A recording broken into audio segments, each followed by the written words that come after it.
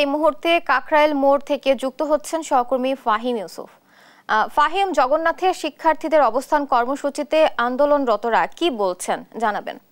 আমরা এখন রাজধানীর যে কাকরাইল মোড় রয়েছে, কাকরাইল মোড়ে রয়েছে। কাকরাইল মোড়ে কিন্তু সেই সকাল থেকে বললে ভুল হবে, কাল রাত থেকেই কিন্তু অবস্থান করছেন জগন্নাথ বিশ্ববিদ্যালয়ের সাধারণ শিক্ষার্থীরা। জগন্নাথ বিশ্ববিদ্যালয়ের সাধারণ শিক্ষার্থীরা কিন্তু 3 দফা দাবিতে এখানে এসেছিলেন। গতকাল সকাল 11টা থেকে আন্দোলন শুরু হলেও দুপুরের দিকে একটি পুলিশের সঙ্গে সংঘর্ষ হয়। সেই সংঘর্ষের পরে অনেকটা স্তিমিত হয়ে যাওয়ার লক্ষ্য দেখা দিলেও কিন্তু তারা থামেনি। তাদের যে প্রত্যয় রয়েছে, তাদের সেই প্রত্যয় নিয়ে 3 দফা দাবি আদায়ের লক্ষ্যে এখানে অবস্থান করছেন। তো সেই লক্ষ্যে তারা সারা রাত এখানে অবস্থান করেছেন। এখন সকালে যে চিত্রটি আপনি দেখতে পাচ্ছেন, যে তারা এখানে রাস্তার মাঝেই কিন্তু শুয়ে আছেন এবং আইন শৃঙ্খলা বাহিনী কিন্তু কাল থেকেই এখানে খুবই তৎপর রয়েছে। তারা এখনও একটি পাশ কিন্তু সেখানে করা নিরাপত্তা দিচ্ছে। তো কাকরাইল মোড়ে যে কাকরাইল মসজিদটি রয়েছে, মসজিদের সামনে এখন শিক্ষার্থীদের অবস্থানরত যেসব শিক্ষার্থীরা রয়েছে তাদের সঙ্গে কথা বলে আমরা যেটি জানতে পেরেছি, তারা মূলত এখানে যে 3 দফা দাবি রয়েছে সেটি যতক্ষণ না পর্যন্ত তারা আদায় করতে পারছেন ততক্ষণ পর্যন্ত তারা এখানে অবস্থান করবেন। তো মূলত এই 3 দফা দাবিটি এসেছে আবাসন ব্যবস্থা যেটি করা। দীর্ঘদিন ধরেই জগন্নাথ বিশ্ববিদ্যালয়ে আবাসন সংকটে ভুগছিল। তো সে আবাসন সংকট এবং পূর্ণাঙ্গ বাজেট, আর্থিক যে সমস্যাগুলো রয়েছে সেগুলো নিরসনেই তারা মূলত এখানে অবস্থান করছেন। তো এই অবস্থানরত শিক্ষার্থীদের সঙ্গে আমরা কিছুক্ষণ আগে কথা বলছিলাম। তারা আমাদেরকে জানাচ্ছিলেন যে গতকাল পুলিশের যে বাধা ছিল সেখানে প্রায় শতাধিক শিক্ষার্থী আহত হয়েছেন। সে আহত শিক্ষার্থীরা অনেকেই এখন হাসপাতালে এবং অনেকে নিজ বাসায় চলে গিয়েছেন। এবং এখানে আমরা দেখতে পাচ্ছিলাম যে আহত অবস্থায়ও কিন্তু অনেক শিক্ষার্থী এখানে অবস্থান করছিলেন।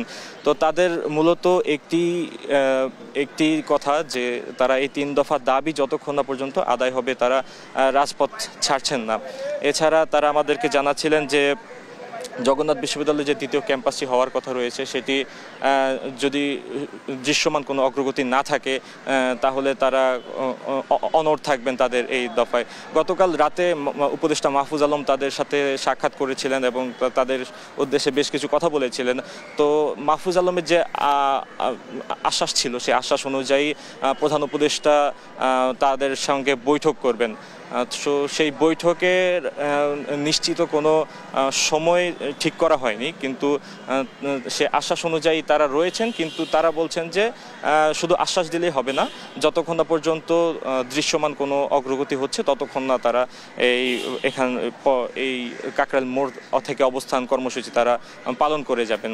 এছাড়া গতকাল বিভিন্ন ছাত্র সংগঠন যেগুলো রয়েছে, সেই জগন্নাথ বিশ্ববিদ্যালয়ে বিভিন্ন ছাত্র সংগঠনগুলোর পক্ষ থেকেও কিন্তু এখানে সংহতি জানানো হয়েছে এবং তাদের সকল ছাত্র সংগঠনের সমন্বিত যে একটি ফোরাম রয়েছে জগন্নাথ ঐক্য, সেখান থেকেও তারা জানাচ্ছিলেন যে তারা সকলে সম্মিলিত অবস্থায় রয়েছে। তো এছাড়া শিক্ষক সমিতি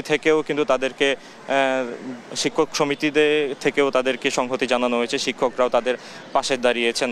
আমরা যদি এই মুহূর্তে একজন শিক্ষার্থীর সাথে কথা বলতে চাই, আপনারা এখানে অবস্থান করছিলেন, তো এখন আপনাদের দাবিগুলো আরেকবার একটু যদি বলতেন। আপনারা হয়তো অলরেডি অবগত আছেন আমাদের দাবিগুলো নিয়ে। আমাদের দাবিগুলো মেনলি হচ্ছে আপনার এই আবাসন ভাতা। আপনারা জানেন হয়তো কি, আমাদের জগন্নাথ বিশ্ববিদ্যালয়টা ঢাকায় একটা বিশ্ববিদ্যালয় হয়েও অলরেডি 20 বছর যাবত ধরে ছেলেদের একটা মাত্র হল নেই।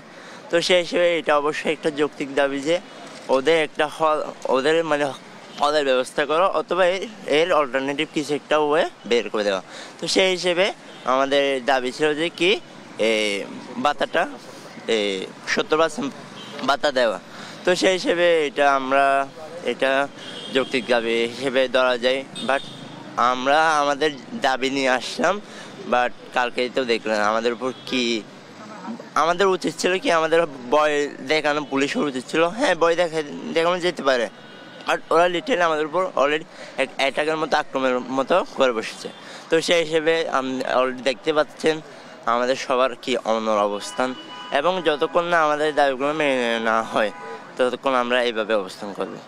যেটি শুনতে পাচ্ছিলেন যে তারা কিন্তু তাদের যে অনড় অবস্থার কথা জানাচ্ছিলেন আমাদেরকে, যতক্ষণ না পর্যন্ত এই 3 দফা দাবি আদায় হচ্ছে ততক্ষণ পর্যন্ত তারা এখানে কাকরাইল মোড়ে অবস্থান করবেন এবং অবস্থান কর্মসূচি কোনোভাবেই তারা সরাবেন না। এছাড়া জগন্নাথ বিশ্ববিদ্যালয়ের যে সকল সাধারণ শিক্ষার্থীরা এখানে কিন্তু একাংশ অবস্থান করছিলেন এবং বাকি যে সকল শিক্ষার্থীরা আসার কথা রয়েছে তারা কিন্তু কিছুক্ষণের মধ্যেই আসবেন বলে তারা জানিয়েছেন এবং এখানে তারা সম্পূর্ণ যে কাকরাইল মোড়টি রয়েছে এখানে তারা অবস্থান করবেন। এই ছিল কাকরাইল মোড় থেকে সর্বশেষ।